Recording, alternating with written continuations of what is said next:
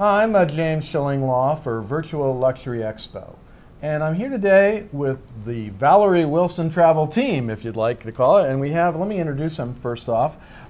We have Kimberly Weddy Wilson over here.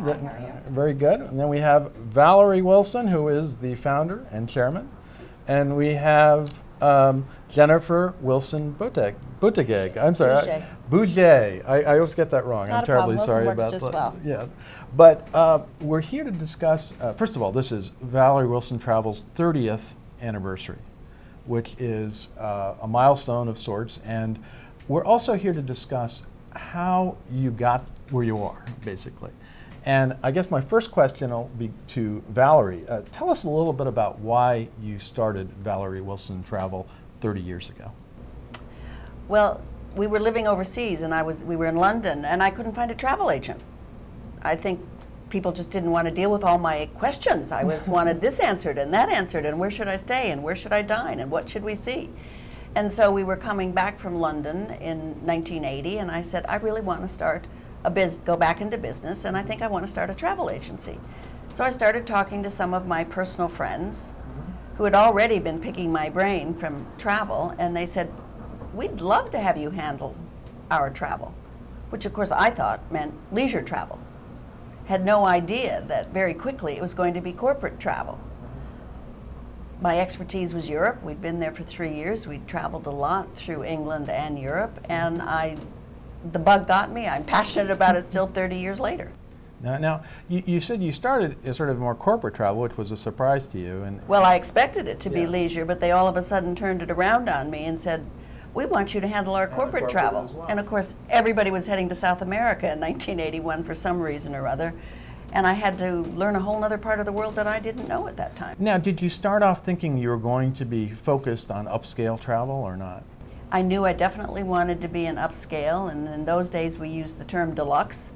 I don't even think luxury was a word 30 years ago. Hard to believe that. Now we have it all the time. But it was called deluxe or super deluxe. And yes, it was definitely going to be high-end leisure travel. Had not an idea in my mind that I would do any corporate. It was strictly a small business to do really deluxe individual travel for couples or families. And what's your corporate leisure mix right now as an agency?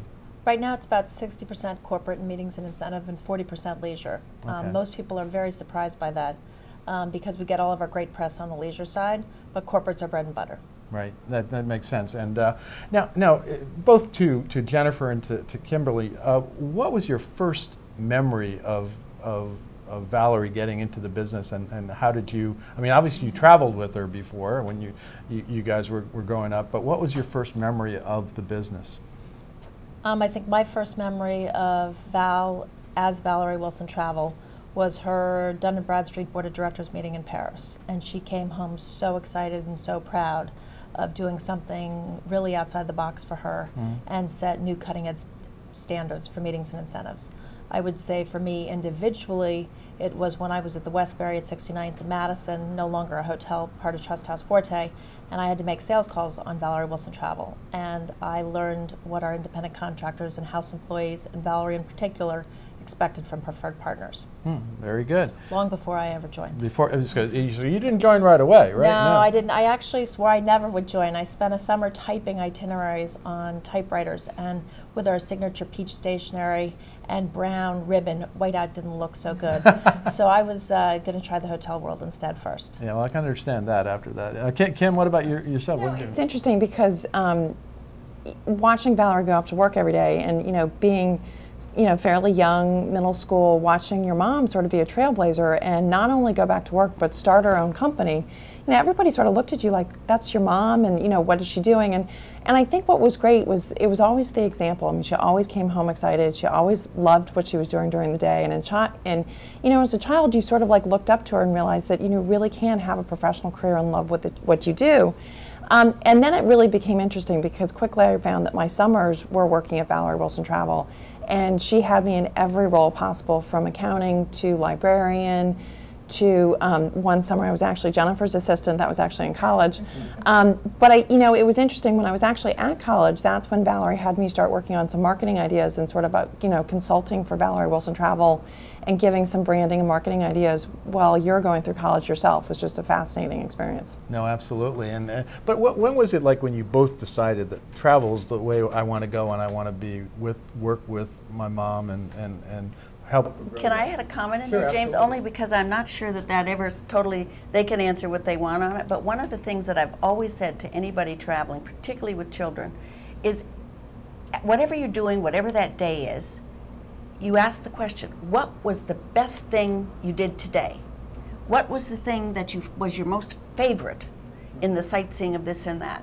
One, to remember what it was, and two, to put it in a perspective of where you are, what the history, what the story is. It could be dining, it could be climbing up the going up the elevators in the Eiffel Tower, it could be in a church, it could be wandering through the catacombs in Rome. But to make everybody remember each day, what was the highlight of the day? So you think that's what got us into travel? I think the bug got you as like young the travel girls. part. Yeah, well, well, obviously it is a major attraction, no question about it. Yeah, it's interesting. I think we grew up in travel. I mean, we were so fortunate and blessed as a family to travel. I'm not sure for me if that was really a conscious choice. When I graduated from college, I tried, I had two other careers. The first was in retail and not at all in the travel space, and then actually joined the hotel side. I was marketing for the Americas for Chiga Hotels International. And so it was one of those things, it sort of evolved. But I think I was always passionate about travel, and I think clearly the experiences are there. But it was never a conscious decision, and Val certainly never pressured me to sort of say, come join the family business. It was choices that I made on my own when the time felt right. And Jennifer, you also started really in hotels, right? Absolutely. Yeah. In college, I got a little bored and did some sales and marketing with commercial real estate and realized I didn't like commercial real estate. I actually thought I was going to go to banking. Most people didn't realize that, and decided I didn't want to spend years in a training program on Wall Street. I wonder why. Well, actually, I know exactly why, because it wasn't sales-oriented, Yeah. and it wasn't people-oriented. And then I spoke to Val, and Val actually put me in touch with Mr. Simkovich at Trust House Forte at the time. And then having called on her for 2 years as an account, I got very tired of selling just New York. Right. And I realized there was a much broader world out there to sell to. And Val and I had a conversation in February of 1991, and what I thought was sort of a 2-year let's grow the corporate business side of this industry and add some reporting and back office procedures and do our first on-sites is 21 years later. Wow, it just creeps up on you, I guess. It does. When you're having fun, it creeps up on you. Now, how did the three of you kind of work together to grow the business? And any one of you can start off on this one. I mean, you had been working on the business for a while. I gave them a great opportunity. Right. Jennifer really wanted to stay in the corporate side, and so we were talking about, as Jennifer just said, the first on-site of a corporate account, or bringing a group of travel agency independent contractors, what I call associate agents, to us in '93, near the 2-year point when all of a sudden we doubled our size overnight. And Kimberly asked for a job description when she came to me 17 years ago. How dare she? And I know, it was I'd never done a job description in my life, and so I started thinking, and I said, okay. I still don't have one, just for the record. We can go back to the original. I want you to develop a cruise department, and let's really grow cruises, and then let's take the leisure and make it even stand out more. Right. Now, is it still, do you divide the business that way still? And so you're more on the corporate side and you're more in? Absolutely. I mean, Yeah. I think there's a gray line Right. in the sense that we all seamlessly as owners can handle any part of the industry, which really sets us apart from our competitors. But I would say I spend far more time on the corporate side and meetings and incentives, and I've always had a sweet spot for technology.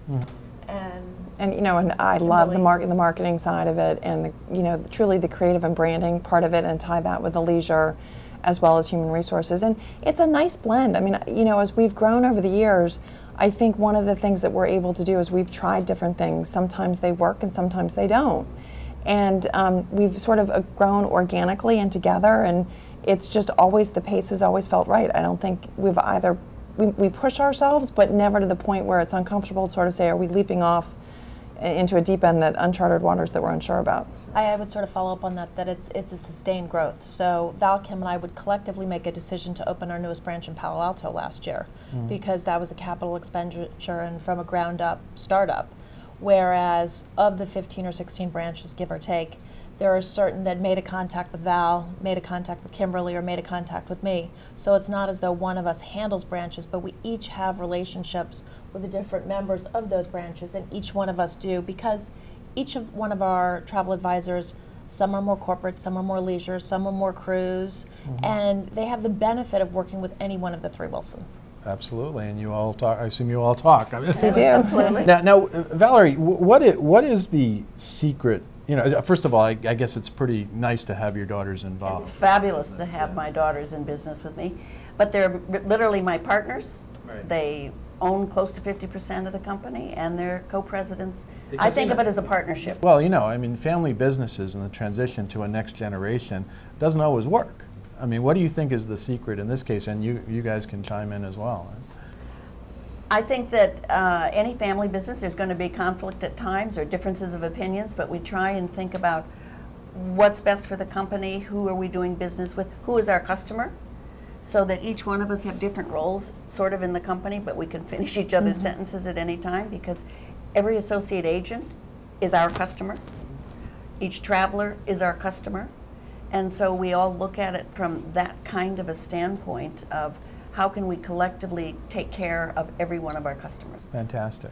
And any thoughts on that? No? A level of mutual respect and trust for each other that you may not always get in a different organization, and I think that's probably one of our greatest strengths, is that there's just genuine respect, and you know where you're going to go, and we communicate very well together. And even when you do have that challenge or you don't always agree, it's how do you communicate it? How do you really listen to everybody's ideas and try and figure out what's the best place for the company and each of us individually? So.